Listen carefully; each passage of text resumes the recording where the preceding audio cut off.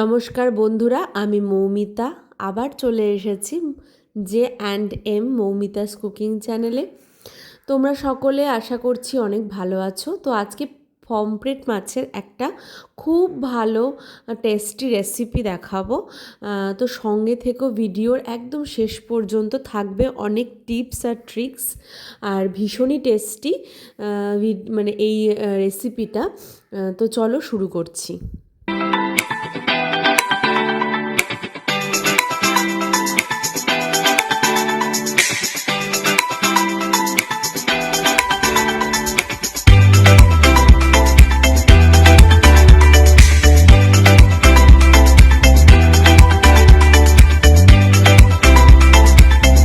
মাছগুলোকে খুব ভালো করে ধুয়ে নিয়েছি আমি। খুব অতিরিক্ত বড় সাইজের নয়, মিডিয়াম সাইজের। তোমরা চাইলে একটু বড় সাইজের মাছ দিয়ে করতে পারো। ভালোবাসো জানিও, আমি তো ভীষণ ভালোবাসি। আমি সাধারণত মাছ মানেই সব মাছই ভালোবাসি, কিন্তু পমফ্রেট, পাবদা এইসবের ওপর ভালোবাসা সবসময় বেশি। ভোলা মাছ এইসবের ওপর ভালোবাসা বেশি। তো এখানে কি কি লাগছে দেখো। শুকনো লঙ্কা, কাঁচা লঙ্কা মিলিয়ে নিয়েছি, আমি একটু ঝাল বেশি খাই সেই কারণের জন্য। টমেটো নিয়েছি এখানে দুটো মিডিয়াম সাইজের, আর এখানে আমি দুটো পেঁয়াজ নিয়েছি পেস্ট করার জন্য, আর একটা পেঁয়াজ আমি ঝিরি করে নিয়েছি, আর 4 কোয়া মতো রসুন নিয়েছি। মাছগুলোতে নুন হলুদ সবাই মাখাতে পারো তোমরা, বা পারবে, তবুও আমি একটু দেখিয়ে দিচ্ছি। নুন হলুদ ভালো করে মাখিয়ে নিচ্ছি মাছগুলোতে। নুন হলুদ নিয়ে নিলাম, মাখানো কমপ্লিট। এবার মাছগুলোকে হালকা ভেজে নেওয়ার পালা। তো আমি এবার এগুলোকে হালকা করে ভেজে নেব, সেই কারণের জন্য আমি এখানে একটা প্যান নিয়ে নিয়েছি। এইবার আমি এর মধ্যে তেল দিচ্ছি, মোটামুটি হাফ কাপের থেকে একটুখানি কম, ছোট কাপের হাফ কাপের মতো আমি তেল নিলাম। সর্ষের তেল ইউজ করছি অবশ্যই। এবার আমি তেলটা গরম হয়ে গেছে বলে মাছগুলো একে একে ছেড়ে দিচ্ছি, আর মাছগুলো ভেজে নেব। একটা ভুল যেটা আমি করে তোমাদের দেখাচ্ছি, সেটা হচ্ছে এই যে সঙ্গে সঙ্গে মাছটা উল্টে দেওয়া। কিছু কিছু মাছ আছে সঙ্গে সঙ্গে উল্টে দিতে হয়, কিন্তু পমফ্রেট মাছ কখনোই সঙ্গে সঙ্গে উল্টে দেবে না, তাহলে কিন্তু এই যে চলটা মতো যে একটা ব্যাপার আছে সেটা উঠে যাওয়ার চান্সেস থাকে। এইবার এটাকে কি করে হালকা ভাজবো, কিন্তু সঙ্গে সঙ্গে না তুলে পরে তুলবো, সেটা দেখাচ্ছি তোমাদেরকে। আমি বেশ কিছুক্ষণ পরেই এটা হালকা করে ভাজলাম ওদিকটা, আর তুলে নিলাম। কারণ হচ্ছে এই মাছটার একটা পিঠ হতে দিতে হবে তোমাদেরকে, তারপর সেকেন্ড পিঠটা ঘুরিয়ে দিয়ে তারপরে হালকা করে তুলে দিতে হবে, না হলে ওপরে চলটা মতোটা উঠে যাওয়ার চান্সেস থাকবে। একে একে সমস্ত মাছগুলোই আমি উঠিয়ে নিলাম ভেজে ভেজে। আর তোমাদেরকে মনে রাখতে হবে, হালকা ভাজা মানেই কিন্তু যে কোনো মাছ যে আমরা তেলে দিয়েই তুলে নিতে পারি, সেটা কিন্তু এখানে একটু না করলেই ভালো। দুটো কাঁচা লঙ্কা দিয়েছি, ওই সেম তেলেই কালো জিরে দিলাম অল্প একটু, আর দিলাম তেজপাতা, ফোড়ন দিয়েছি। এরপর আমি ওই আমার একটা মতো পেঁয়াজ যেটা আমি ঝিরি করে কেটে নিয়েছিলাম সেটা আমি এখানে দিয়ে দিলাম। দিয়ে ভালো করে নেড়ে চেড়ে আমি এটাকে ভেজে নেব। একটু নুন দিয়ে দেব যাতে পেঁয়াজটা ভাজা বেশি হওয়ার আগে একটু মজে যায়। নেড়ে ছেড়ে আমি ভেজে নিচ্ছি। পেঁয়াজটা দেখো ঠিক এরম পর্যায়ে আমি ভেজেছি। এরপর আমি যে মশলাটা বানিয়েছিলাম, ওই লঙ্কা, একটু রসুন, টমেটো আর পেঁয়াজের সেই মশলাটা আমি এর মধ্যে দিয়ে দিচ্ছি। দিয়ে আমি ভালো করে কষিয়ে নেব। গ্যাসের ফ্লেমটা আমি এবার হাই করে দেবো।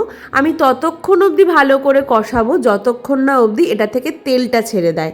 আর এর আগে আমি একে একে গুঁড়ো মশলাগুলো অ্যাড করব, যেমন হলুদ, জিরের গুঁড়ো 2 টিস্পুন, আর ধনে গুঁড়ো 1 টিস্পুন দিলাম, হচ্ছে মশলা ধোয়া সামান্য একটু জল, আর এদিকে হচ্ছে তোমার লঙ্কার গুঁড়ো, আমি কাশ্মীরি লঙ্কা গুঁড়োও দিলাম এর মধ্যে, আর লঙ্কা গুঁড়োও দিলাম। দিয়ে ভালো করে গ্যাসের ফ্লেমটা হাই করে সুন্দরভাবে কষিয়ে নেব ততক্ষণ অবধি তেলটা ছেড়ে দেয়, মানে এটা তেলটাতে একটু বাড়তে, মানে বেরোতে শুরু করবে এটা থেকে। দিলাম পরিমাণ মতো মানে স্বাদ মতো লবণ। এইবার দেখো মশলাটা একটু কমে আসবে, মানে জলটা শুকিয়ে যাবে আর তেলটা অল্প অল্প ছাড়তে শুরু করে দিয়েছে। এইবার আরেকটু পরিমাণ এটাকে নেড়ে চেড়ে আমি এর মধ্যে সামান্য একটু জল অ্যাড করব। আর এখন আমি একটু টেস্ট ব্যালেন্সের জন্য সামান্য একটু চিনি দিলাম। এরপর আমি জল অ্যাড করে গ্যাসের ফ্লেমটা আস্তে করে দেবো। আমি এখানে হাফ কাপের থেকেও অল্প একটু জল ইউজ করেছি যাতে তেলটা ছাড়ে। এবার দেখো মশলাটাও সেদ্ধ হয়ে যাবে আর তেলটাও ছেড়ে দেবে, মানে যে পরিমাণে অয়েল এখানে রিলিজ করেছে তার থেকেও বেশি পরিমাণে এখানে করবে। হ্যাঁ ইয়েস, দেখতে পাচ্ছ তোমরা। এরপর আমি এখানে মোটামুটি 1 কাপের মতো জল দিয়ে দিলাম, কেননা আমি যেহেতু পমফ্রেট মাছটা একদম গায়ে লাগা লাগা কষা বানাচ্ছি সেই কারণের জন্য। এবার আমি পমফ্রেট মাছগুলো, ভাজা মাছগুলো সমস্ত এর মধ্যে আমি ট্রান্সফার করে দিচ্ছি। তোমরা যদি একটু গ্রেভি গ্রেভি খেতে চাও বা আরেকটুখানি ঝোলটা বাড়াতে চাও তাহলে কিন্তু জলের পরিমাণটা একটু বেশি দিতে পারো। আমি এখানে দিইনি। একদিকটা মশলা মাখানোর পরে আরেক দিকটা আমি ভালো করে উল্টে না দিলেও মশলাটা যাতে ভালো করে মাছের দুই পিঠে মেখে যায় সেরকমভাবেই আমি খুন্তির দ্বারা করে দিলাম যাতে কোনো অসুবিধা না হয়।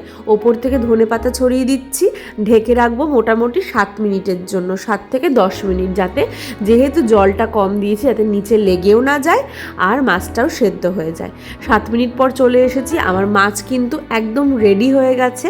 আমি এবার গ্যাসের ফ্লেমটা বন্ধ করে দেবো আর মাছটা একটুখানি স্টে হতে দেবো কড়াইয়ের মধ্যে যাতে ঝোলটা টেনে একটা ঠিকঠাক পর্যায়ে চলে আসে।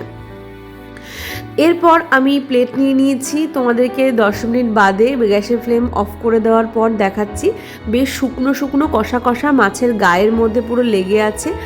দেখতে যেমন লোভনীয় হয়েছিল, ওটা খেতেও খুব ভালো হয়েছিল। আমি কিন্তু পমফ্রেট মাছে কখনোই আদা ইউজ করি না। পমফ্রেট মাছে কখনো আদা ইউজ করা পছন্দ করি না। তোমরা যদি কেউ চাও তাহলে দিতে পারো, কিন্তু আমি দিইনি। আমার এই ভিডিওটা পুরো টিপস আর ট্রিক্সের সাথে কেমন লাগলো অবশ্যই জানাবে। আমি অলরেডি ধনেপাতা দিয়েই রান্না করেছিলাম, তবু তোমাদেরকে দেখানোর জন্য অল্প একটু ধনেপাতা দিয়ে দিলাম ওপর থেকে। আর আবার আসবো নতুন কোনো ভিডিওতে ভালো কোনো রেসিপি নিয়ে, অনেক টিপস আর ট্রিক্সের সাথে। আপাতত ভিডিওটা এখানেই বন্ধ করলাম। তোমরা খুব ভালো থেকো, সব থেকে বড় কথা সেফ থেকো। আর যারা এখনও অবধি চ্যানেলটা সাবস্ক্রাইব করোনি তাদেরকে বলে রাখি, চ্যানেলটা সাবস্ক্রাইব করতে, সমস্ত নোটিফিকেশান পেতে বেল আইকনে টিপতে একদম ভুলবে না। এখন টাটা।